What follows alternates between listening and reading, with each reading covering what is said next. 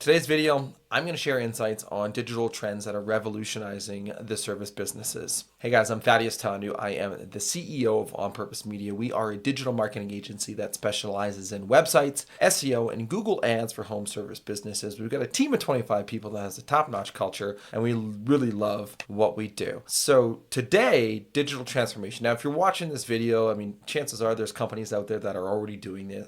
I know there's companies out there that are already doing this, but if you're watching this, you're probably thinking, okay, well, how can I revolutionize my business? How can I get in front of a digital world, a digital audience, do what I need to do? And there's a couple tenets that I want to talk about here today. Digital channels have completely changed it for HVAC, plumbing, and electrical businesses and how consumers interact. And see, today's consumer is an educated consumer. Generally speaking, 3% of the market at any given time knows they have a problem. They're actively seeking out a solution. The other 17% of the market, though, knows they have a problem and they're information gathering a solution. So they're actively searching out information on their particular problem. So if their air conditioner is broken, they might be, why is my air conditioner blowing warm air? Why is my furnace blowing cold air? Why is my furnace starting and then stopping again? And why is my kitchen sink dropping all the time? Why are my lights flickering? Why doesn't my electrical outlet work? Those are some of those things that they're going to want to look at themselves. And so you can actually position yourself from a digital perspective to be able to do a couple things. One is actually video content, just what I'm doing right now, recording this video for you on a particular topic. Now, what you can then do is you then take that transcript. You can use something like Descript. That's actually what I'm recording this in is Descript. When I'm done, it actually creates a transcript for me. You can then run that transcript through AI, ChatGPT, Gemini, Claude, whichever one you so choose. It can then create a blog post. Then you can put the blog post on your website. Plus,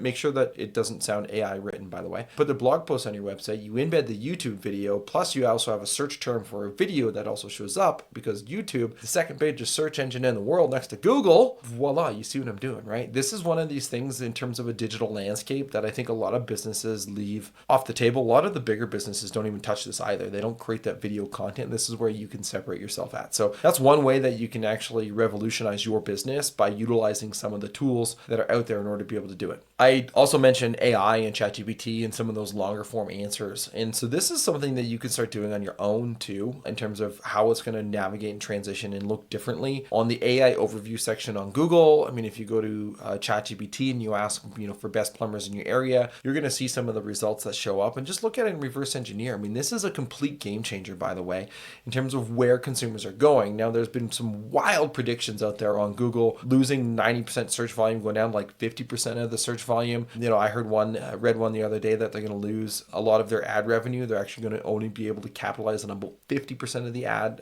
the revenue that's out there, because searchers are going to go off of the Google platform onto something like a ChatGPT or Perplexity that already have those things in there. And you need to start looking at, okay, how am I going to position myself for the consumer that's coming up in the world that's a little bit more savvy and educated when it comes to AI? Again, I'm kind of going superficial, high level on this. These are some of the things that you either need to ask your marketing company, or, spoiler alert, On Purpose Media, we do these things already. Or you can, if you're doing it yourself, some of these things that you want to know, right? I want to try to educate you a little bit so you have some of this information that can allow your business to thrive in this new world, in this new landscape. So that's a little bit about some of the content marketing things. There's obviously local SEO and your Google business profile that really matter. Now, that's a completely separate topic for a completely different day. Just know that there's lots of different ranking factors that go involved with your Google business profile. You could simply just Google it or use ChatGPT to be able to say, what are the top Google business profile ranking factors for service, and see what it comes up with. All right, so there you go. There's just an easy thing. You can also then ask it for an explanation too, right? Like, this is some of the, and like, yeah, I might be taking a job away from me, but the reality is you probably don't have time to do all of those things, right? So you're going to want to look at hiring a company, but it's easy to gather the knowledge that you're going to need to be able to dominate your local SEO to really transform it in the local world. Now think about this, and those of them watching this channel for a while know this example because I use it a lot. I'm going to use NASCAR as an example here. Whether you love or you hate NASCAR, it works, right? Your competition right now is on lap 100. Okay? You're on lap 5, 10, 15, 20, 25, 50. Don't really know what lap you're on, but let's just say 10. Yeah, we're going to put your car right? When you switch to a marketing agency like On Purpose Media, we're gonna pick your car, we're going to redo it all, right? We're gonna get a brand new car back out on the road for you, and we're gonna be quicker, faster, and better than your competition. But the thing is they're still driving, right? So even though we're lapping them, they're still going and increasing their lap count. So it's gonna take us time to be able to finally catch up. And that's that SEO game, right? It's a longer term cycle. So you have to make sure that you're going after that SEO part to make sure you're dialed in for it. All right, we've talked about a little bit of content marketing and how to be able to leverage that. By the way, when you do those videos, you can actually chop those up and put those on Facebook too, Instagram, create reels, have some fun with it, do those things. We talked a little bit about local SEO. Now, paid traffic. Now, there's a variety of different sources and different ways you can do this. Google and Facebook, Instagram, you could do Yelp, you could do Angie's List, you can do Thumbtack, you can do House. It all really depends on what your budget is, what you have to spend, and what your goals are, plus what your ROI is from those two. You want to be able to track as best as you can what your return on investment and proper attribution to those channels, so you know which ones are making you the most money. But I'm going to talk a little bit about Google, just because I think there's a lot of ways that there's this misconception that people need to spend money on Google to fill their entire schedule. Wrong. Okay? You want to be looking at Google PPC to fill about 10 to 20% of your schedule, max 30. Think about that, max 30. Why? Because the customer acquisition cost is generally pretty high. There's a lot of competition that's inside of it. So you want to make sure that you're actively searching and doing those things to just make sure that you reverse engineer it for your budget. Okay? So that's why you want to make sure you reverse engineer it for your budget. Okay?